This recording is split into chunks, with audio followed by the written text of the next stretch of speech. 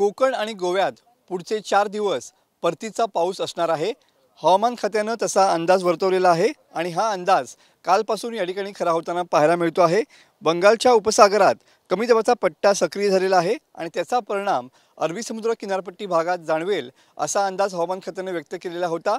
काल देखील या ठिकाणी मेघगर्जनेसह तळ कोकणापासून रायगडपर्यंत या ठिकाणी पाऊस झालेला पाहायला मिळतो आहे।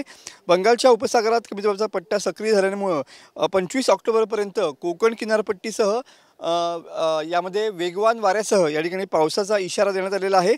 आठवड्याभरात 2 वेळा कोकणात परतीच्या पावसाचा दणका या ठिकाणी पाहायला मिळाला। याचा प्रभाव अरबी समुद्रात देखील पाहायला मिळतो आहे। सध्या अरबी समुद्र देखील खवळलेला आहे आणि अरबी समुद्र किनारपट्टी भागात सध्या वेगवान वारे या ठिकाणी पाहायला मिळत आहेत। त्यामुळे पुढचे 4 दिवस म्हणजे 25 ऑक्टोबरपर्यंत या ठिकाणी परतीच्या पावसाचा दणका दुपारनंतर या ठिकाणी पाहायला मिळणार आहे।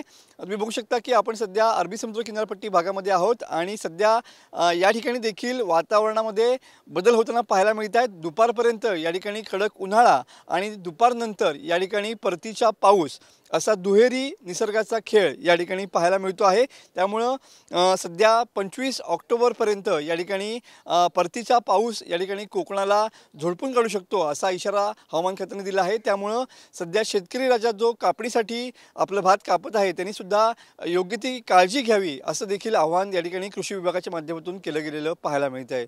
कॅमेरामन समित गजनेसह मी मनोज लेले, TV9 मराठी, रत्नागिरी।